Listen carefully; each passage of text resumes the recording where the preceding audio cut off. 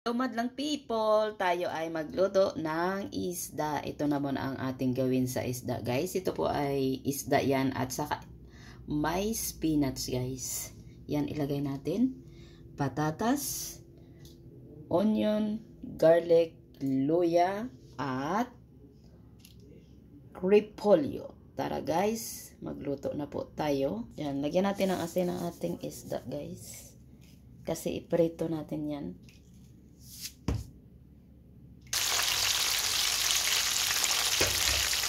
Yan ang ating isda. Iprito muna natin. Kung anong mayroon kayong isda, guys. Pwede guys. Igisa na natin ang ating luya, guys. Sunod ang onion. Igisa natin ang onion.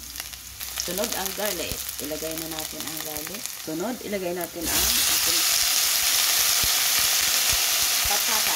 Yan, ilagay natin ang tubig na ano guys, hugas bigas ito guys. Ang ikatatlong hugas na bigas, anong ginano ko guys, ginsabaw.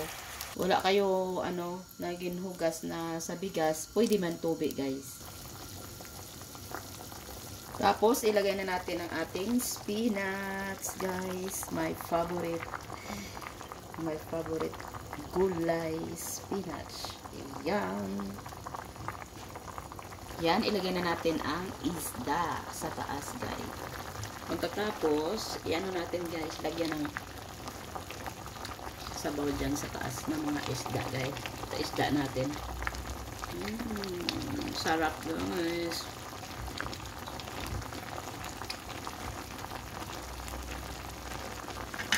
Itong paborito kong isda, guys.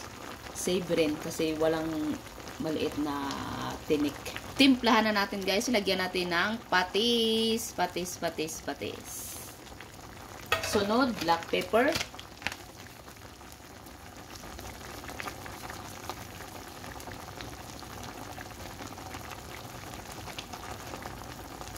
At paglagay ako guys ng konting asin. Tapos, i-ano natin guys. Lagyan na natin ng sabaw. Yan.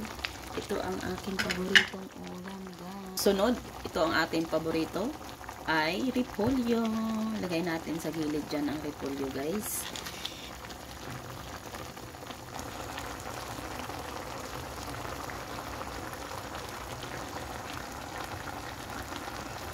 Tapos ang ano natin guys, tikim ano guys. Dapat may ano, may tikim guys para malaman natin kung ano ang kulang guys. Grabe ang sarap guys.